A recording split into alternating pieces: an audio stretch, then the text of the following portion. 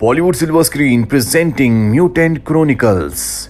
कहानी की शुरुआत में स्पेस से एक स्पेसशिप आता है, जिस स्पेसशिप से एक वायरस निकलता है और उस वायरस की वजह से इंसान म्यूटेंट में बदलना शुरू हो जाते हैं। इसीलिए बहुत सारे इंसान जिनके अंदर क्षमता होती है वो अर्थ को छोड़कर मार्स पर चले जाते हैं, पर अब भी अर्थ पर बहुत सारे लोग हैं। इन्हीं में एक होता है लीडर, जो बचे हुए इंसानों के साथ मिलकर अपनी एक आर्मी बनाता है और स्पेसशिप पर हमला करता है। वो इस जंग को जीत जाता है और अब स्पेसशिप किसी भी इंसान को इन्फेक्टेड ना करे, इसीलिए वो उसे जमीन के अंदर दफना देता है और स्पेसशिप तक कोई ना पहुंचे इसके लिए वो एक ग्रुप बनाता है जिसका नाम रखता है वो नेबरहुड। 10,000 साल बीत जाते हैं और वक्त आता है 2707 का, जहां पर अर्थ के अब रिसोर्सेज खत्म हो रहे हैं। अर्थ अब 4 बड़े ग्रुप्स में बढ़ चुकी है, जिसमें एक होता है कैपिटोल और दूसरा होता है बवाज। ये दोनों के दोनों बहुत ही ताकतवर हैं और अपनी रिसोर्सेज को अपनी जरूरत को पूरा करने के लिए हमेशा आपस में लड़ते रहते हैं। और जब इन दोनों ग्रुप्स के बीच में लड़ाई हो रही होती है तो गलती से कैपिटल उसी जगह पर हमला कर देती है जहां पर आज से 10,000 साल पहले स्पेसशिप को म्यूटेंट्स के साथ दफना दिया गया था। और अब क्योंकि उसी जगह पर हमला हुआ है, इसीलिए एक बार फिर से वो स्पेसशिप के अंदर जो म्यूटेंट्स थे वो आजाद हो चुके हैं। वो बाहर निकलकर इन दोनों की आर्मी के ऊपर हमला कर देते हैं। ये बहुत ही खतरनाक होते हैं क्योंकि इनके हाथ खुद अपने आप में एक तलवार हैं। कैपिटल ग्रुप के कमांडर को लगता है कि म्यूटेंट बवाज ग्रुप के हैं और बवाज ग्रुप के कमांडर को लगता है कि ये कैपिटल ग्रुप के हैं। इसीलिए दोनों कमांडर आपस में लड़ने लगते हैं, पर तभी वहां पर म्यूटेंट्स आकर इन दोनों की आर्मी के कई लोगों को मार देते हैं, जिससे इन्हें समझ में आ जाता है कि ये दोनों के ही दुश्मन है। इसीलिए साथ मिलकर ये उनके ऊपर हमला करते हैं। वहीं दूसरी तरफ हमें नेबरहुड ग्रुप के सैम्यूल को दिखाया जाता है, जो कि अब नेबरहुड ग्रुप का लीडर है। इस ग्रुप को लीडर ने आज से 10,000 साल पहले बनाया था। उसके पास एक बच्ची आती है और एक लेटर देती है, जिससे उसे पता चलता है कि जमीन के अंदर जो स्पेसशिप था जिसके अंदर म्यूटेंट्स थे, वहां से अब वो आजाद हो चुके हैं। इसीलिए वो एक कमरे के अंदर जाता है, जिस कमरे के अंदर वो किताब होती है जो आज से 10,000 साल पहले खुद लीडर ने लिखी थी। इस किताब का नाम होता है द क्रॉनिकल्स ऑफ म्यूटेंट। इस किताब में लिखा होता है कि म्यूटेंट्स को कैसे मारा जा सकता है।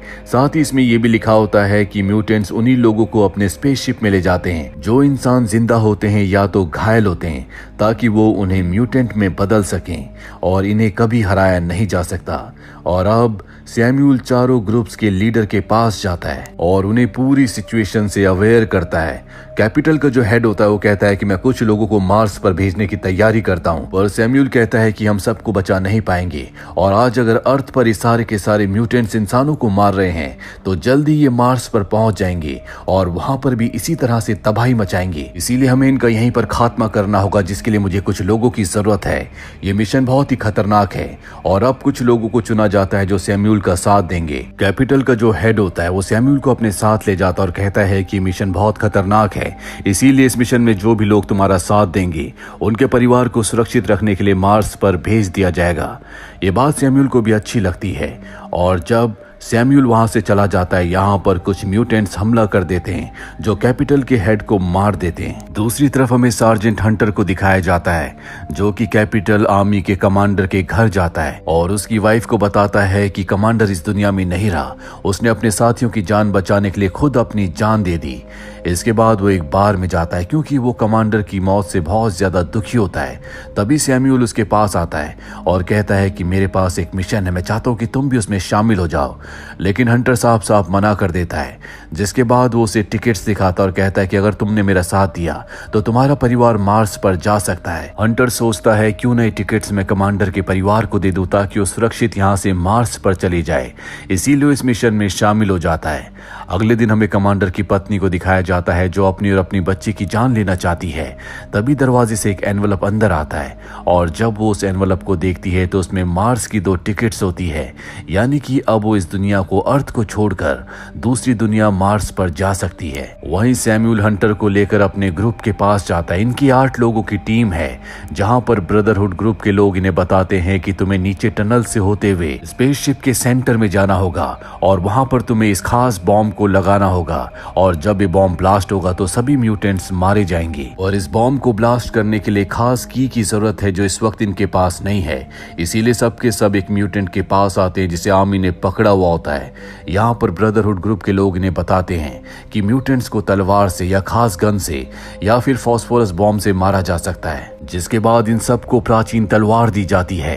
ये खास तलवार है और इन तलवारों को लेकर स्पेसशिप से यानी कि अपने फ्लाइंग ऑब्जेक्ट से ये उस तरफ निकल पड़ते हैं जहां पर एलियंस का स्पेसशिप है।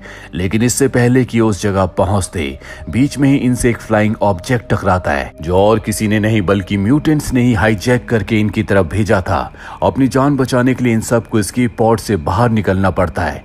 इन सब की जान बच जाती है और अब ये सब इकट्ठा होकर उस शहर तक पहुंच जाते हैं जहां पर वो एलियन शिप है। ये अपना नक्शा निकाल कर देखते हैं और अब कई घंटों तक चलने के बाद ये अंडरग्राउंड सिटी तक पहुंच जाते हैं, जहां पर बहुत गहरी एक टनल है, जिस टनल के अंदर इन्हें रस्सी के सहारे जाना होगा क्योंकि जमीन के अंदर गहराइयों में है। सैम्यूल और हंटर रस्सी के सहारे नीचे जाते हैं, लेकिन रस्सी खत्म हो जाती है, नीचे अंधकार होता है। सैम्यूल एक बार फिर से नक्शा निकालता है, लेकिन उसे कुछ समझ नहीं आता कि उसे अब कहाँ जाना है। तभी वो नीचे गिर जाता है, लेकिन जमीन बेस बहुत ज्यादा नीचे नहीं होता, इसीलिए उसकी जान बच जाती है।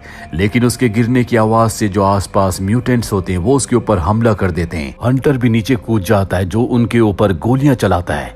ऊपर इनके साथी होते हैं जिन्हें पता चल जाता है कि नीचे म्यूटेंट्स ने इनके ऊपर हमला कर दिया, और अब वो सब के सब एलिवेटर से नीचे आने लगते हैं। लेकिन एलिवेटर बहुत तेजी से नीचे की तरफ आ रहा होता है, वो जमीन से टकराता है जिससे एक धमाका होता है।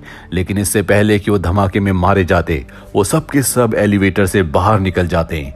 इनका एक साथी होता है जिसके पास बॉम्ब होता है। ये एक फास्फोरस बॉम्ब है जिससे म्यूटेंट्स मारे जा सकते हैं, इसीलिए वो अपने साथ साथ सभी म्यूटेंट्स को मार देता है।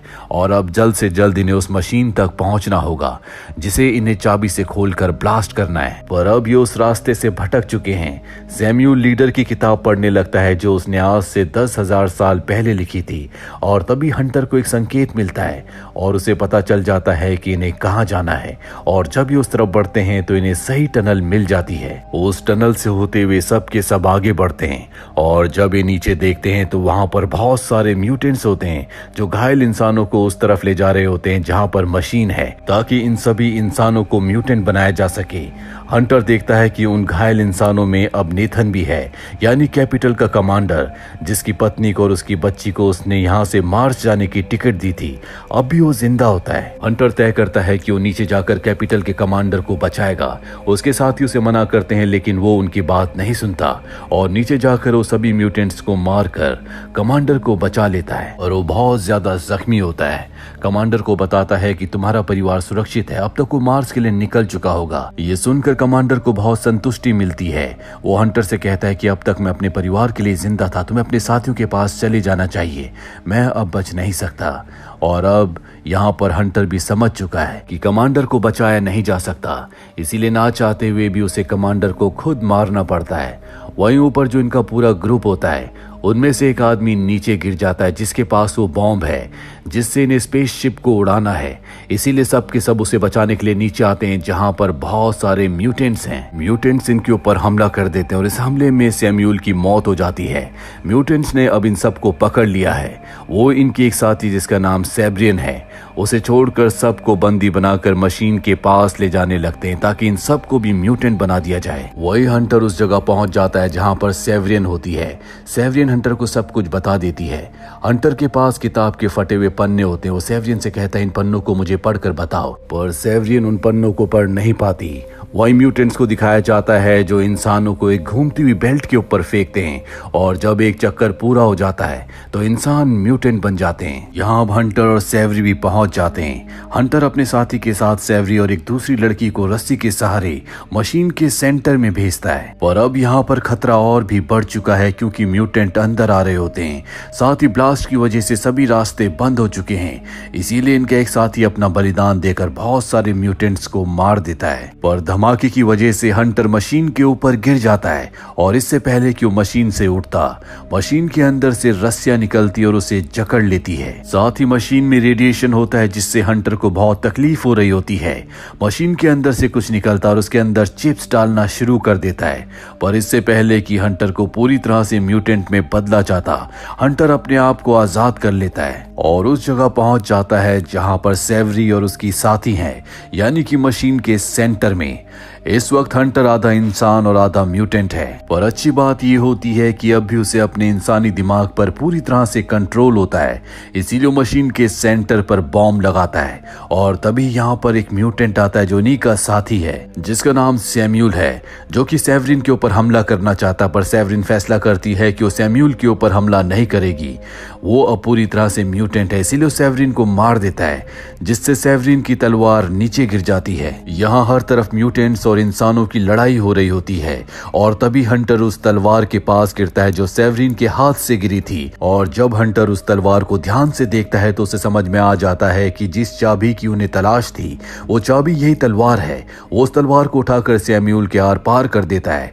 साथ ही तलवार को मशीन के सेंटर में डालकर बॉम्ब को ऑन कर देता है और जैसे वो ऑन होती है मशीन एक स्पेसशिप में बदल जाती है और धरती से टेक ऑफ करने लगती है। जैसे जैसे मशीन यानी कि स्पेसशिप ऊपर जाने लगता है, जितने भी म्यूटेंट्स इंसान होते हैं वो दोबारा इंसान बनने लगते हैं। सैम्यूल जो पूरी तरह से एक म्यूटेंट बन चुका था वो भी अपनी इंसानी सेंसेस में वापस आने लगता है। वो हंटर से माफी मांगता है। हंटर पानी में कूदकर अपनी जान बचा लेता है और स्पेसशिप के जाने के बाद जितने भी लोग म्यूटेंट्स बने थे वो दोबारा इंसान बनने लगते हैं। इसी के साथ ये फिल्म, ये कहानी यहीं पर खत्म हो जाती है। उम्मीद करते हैं कि ये कहानी आपको पसंद आई होगी।